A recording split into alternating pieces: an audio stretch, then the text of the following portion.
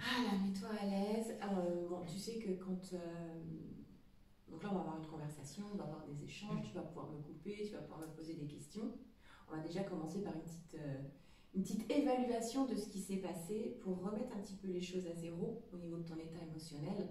Et comme ça, après, on fera la petite séance de magnétisme pour bien te détendre et repartir sur de bonnes énergies. Et puis c'est pareil, hein, tu me connais, tu sais maintenant comment je travaille, donc je ne rentre pas dans ton intimité ou quoi que ce soit. Je vais mettre des mots sur certaines choses, mais c'est chez toi. Donc je ne vais pas mettre des prénoms, je ne vais pas mettre des choses qui ne me regardent pas. Ce sera à toi d'engager la conversation dans le sens où si toi tu as envie d'y mettre un prénom. Donc c'est toujours dans le sens, quand moi je vais vous emmener sur une discussion, quand je vais vous emmener sur un échange, ça va être libérateur. Chercher l'émotion, parce que moi c'est l'émotion qui m'intéresse sur ce qui s'est passé, pour la transformer et faire en sorte que ça devienne du passé, qu'une expérience, et que quand on en parle, on ne la revive pas comme on l'a vécu. Alors, on va parler des hommes de ta vie.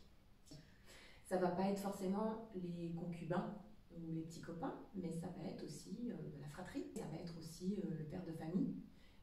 Voilà, donc on va vraiment rentrer dans cette grande ligne-là de l'homme en général vis-à-vis d'une femme.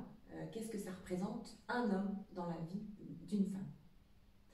Maintenant, quand je te dis effectivement les hommes de ta vie, quel rôle ils ont pu avoir dès la petite enfance, dans le sens familial, quand on rentre à l'école, quelle importance même il a pu avoir dans ta vie en tant que petite fille, qu'en tant de préado, qu'en tant qu'adolescente, qu'en tant que jeune femme, et après comme femme, ou même comme mère de famille, quand on a eu des enfants, etc.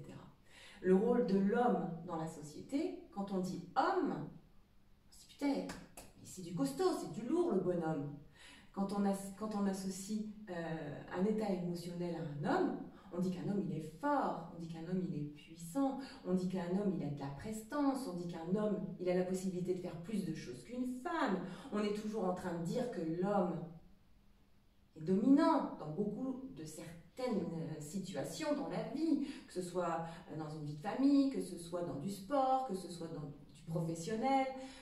Voilà, l'homme, quand on le place quelque part et qu'on y ajoute une femme, on va souvent penser à l'homme le plus fort et on va dire que la femme, on va la placer à côté ou derrière, parce que elle, oui, mais forcément, elle va être intelligente, elle va être belle, on va pouvoir l'emmener partout, le bonhomme va pouvoir l'emmener partout, et c'est toujours l'homme qu'on va déjà présenter, avant la femme d'ailleurs, etc.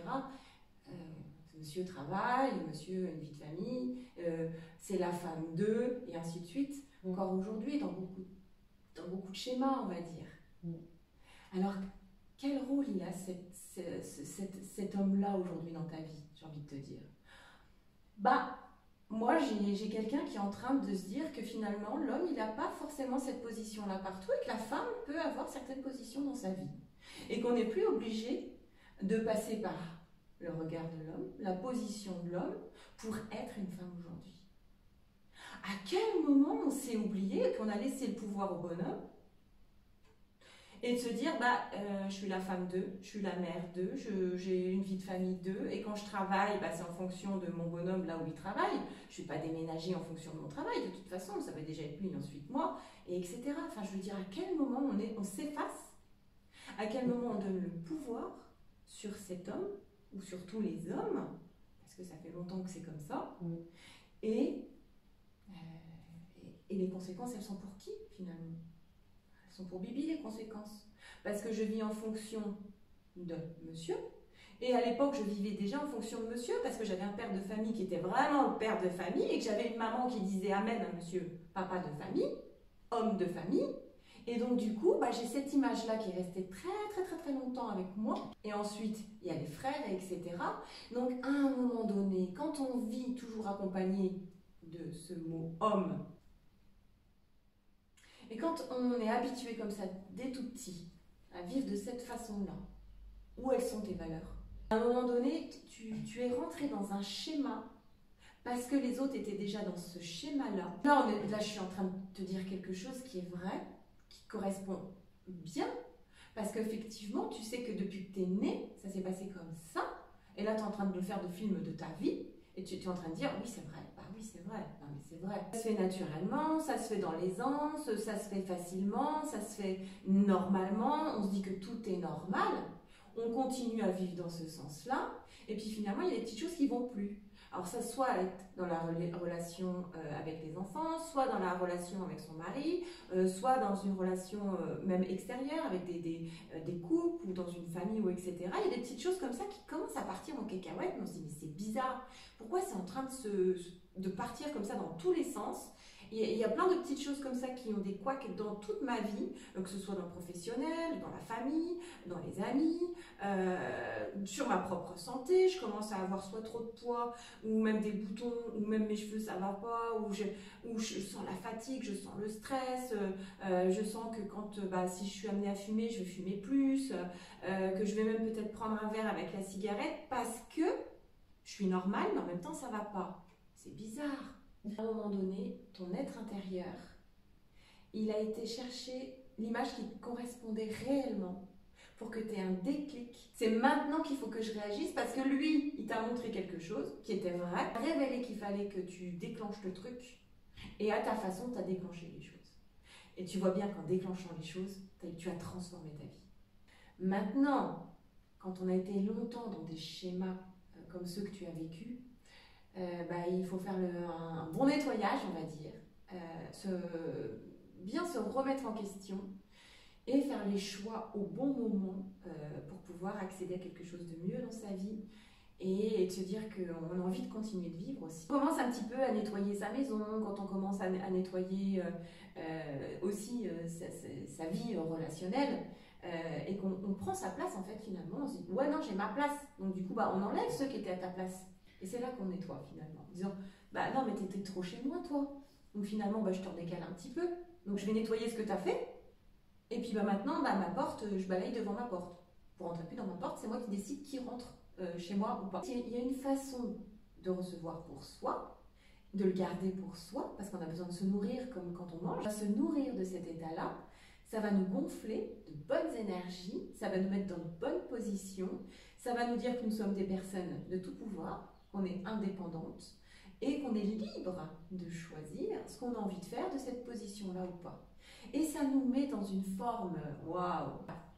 Moi, je peux même ajouter le mot persévérer. Quand on persévère sur ce qu'on a envie d'avoir, c'est augmenter la chance d'être encore mieux dans sa vie et d'obtenir ce qu'on souhaite. On va persévérer dans le sens où, quand on a commencé et qu'on sent que c'est bien pour soi, on continue sur la lignée. Et là, on n'en lâche plus. Tu vois ce que je veux dire? On a trouvé l'étincelle, on a allumé le feu, et là, celle-là, on la lâche plus. Et là, on persévère dans ce sens-là, dans cette énergie-là, dans ce but-là, et on l'optimise pour pouvoir obtenir le résultat qu'on veut dans sa vie. C'est de se dire que finalement, les choses, on peut le faire intérieurement, avec une certaine sérénité, sans se mettre en colère, sans partir dans des émotions pas possibles et perdre du temps et perdre des énergies pour obtenir le résultat.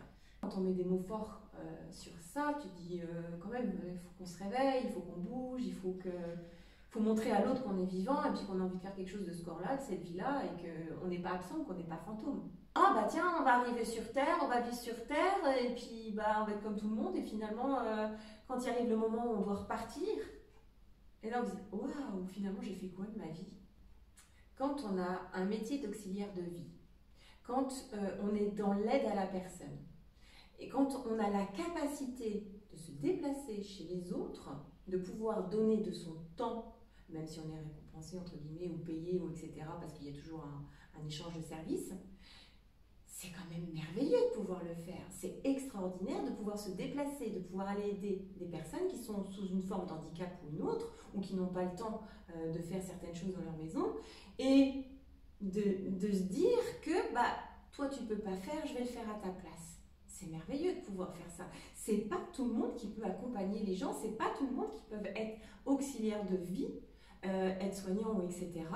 Et de prendre la surcharge ou la masse de l'autre et de pouvoir le transformer en quelque chose de beau et de laisser la personne en repartant et en fermant la porte en disant oh, j'ai fait quelque chose de bien, je sais que la personne elle est bien parce que je l'ai aidée sous cette forme-là. Mais c'est merveilleux de pouvoir faire ça. Et c'est pas tout le monde qui peut le faire. Il faut avoir un grand cœur pour pouvoir faire ça. Il faut vraiment être une belle personne pour pouvoir faire ça.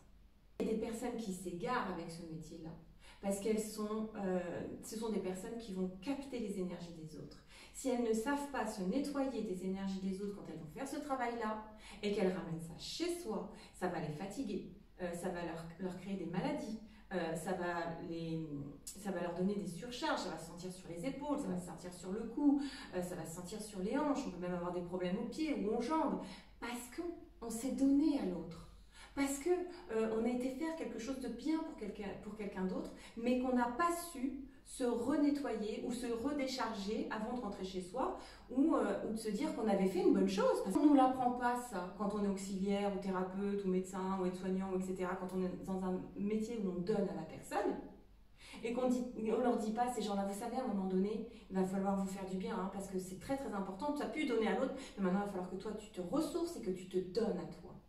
Sous une forme ou une autre, il va falloir que tu passes un week-end à la mer, il va falloir que tu passes un moment avec une belle personne, il va falloir que tu te décharges en mettant du sel dans ton bain, il va falloir que tu te masses le corps, il va falloir que tu te soignes, que tu te chouchoutes, que tu te ressources, que tu te félicites de ce que tu as donné aux autres et que ça te fasse du bien. Et c'est ça aussi qu'il faut dire, c'est que quand on donne autant, il faut se donner la possibilité de recevoir à un moment donné pour se ressourcer et continuer dans sa vie. Autrement, ça crée des couacs, vraiment. Donc là, on va faire la petite séance de magnétisme et comme ça, on va aller travailler un petit peu ce qui se passe là-dedans.